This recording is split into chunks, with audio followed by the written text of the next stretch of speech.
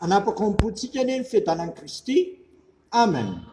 Iombavaka sika, mankalaza anao zay raha eo noho ny amin'ny fitiavana zay mbola nataonao taminay, ka nananay fahavelomana manakakidriny. Tsy mitsahatra ny mamonjy manafaka anay ianao ary mampandrisy anay amin'ny zavatsarotra zay treanay.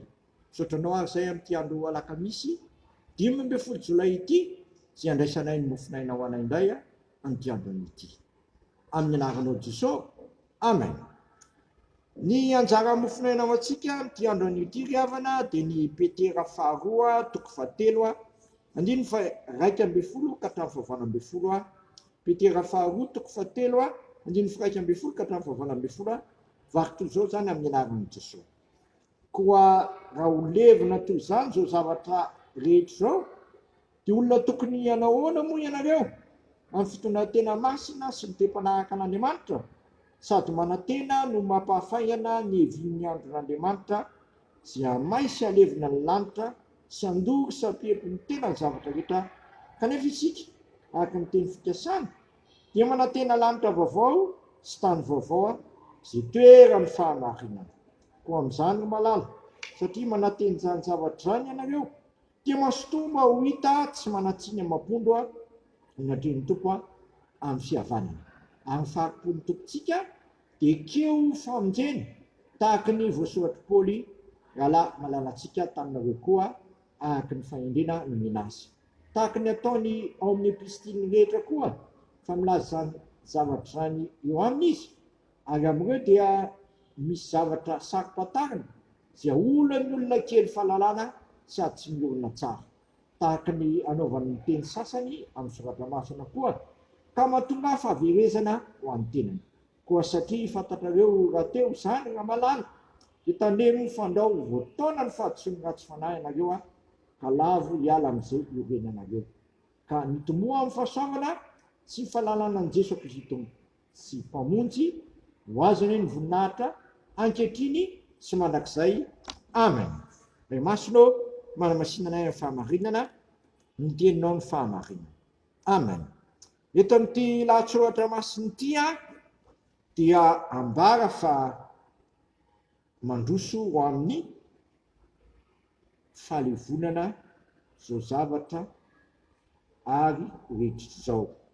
Lazaina fa milohany heviany andron'Andriamanitra dia tonga ho amin'ny levony afo lanitra ary andory sy ampiepin'ny tena ny zavatra rehetra ny lanitra.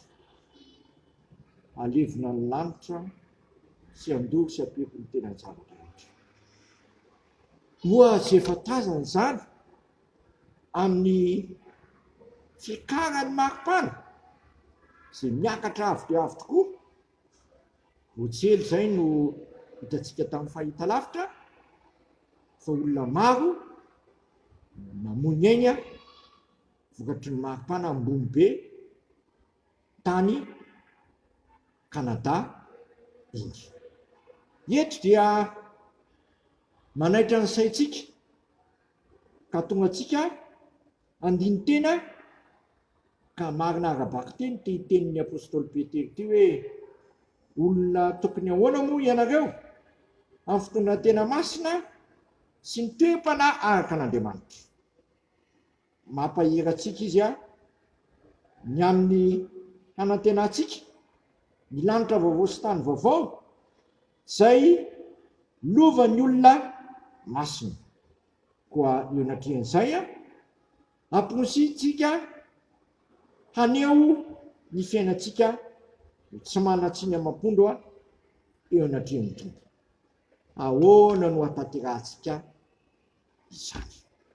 Soany ravana fa misy ny tenin'Andriamanitra zay mampahafantaritra antsika ny marina rehetra ka mitaona antsika mitodika ho an'i Jesosy Kristy zay nataon'Andriamanitra famendrena sy famonjenanao. Ary rehefa tonga amin'i Jesosy Kristy tsika dia asaina miorina tsara fa tsy ho voataonan'ny olona zay mampiditra fahadisoana atsika ka mahatonga atsika voalahatra makana amin'ny fahaverezana zany. Fa mitaona atsika kosa iorina tsara satria eo Kristy ihany no ahatanterahantsika ny sitrapon'Andriamanitra.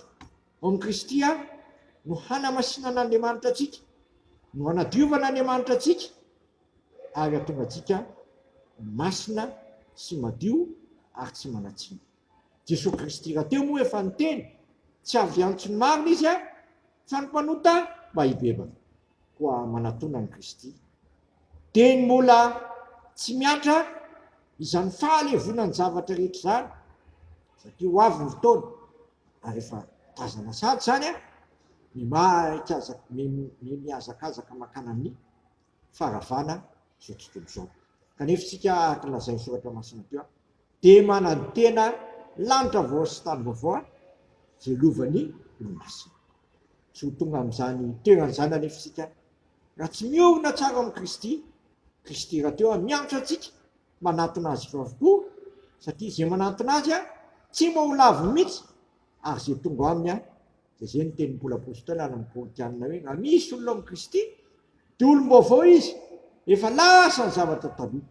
Toenatrehan'izay mila miorina tsara amin'ny Kristy efa tonga ao tsika, ary mianatra amin'ny manakariva mba ho vonina amin'ny asa tsara rehetra sy ny teny tsara rehetra. Soratra masina raha teo moa manitsy ny diantsika ao amin'ny lalam-pamonjena ary mampiverina antsika ao amin'Andriamanitra ka sena mivily miankavia na miankavanantsika.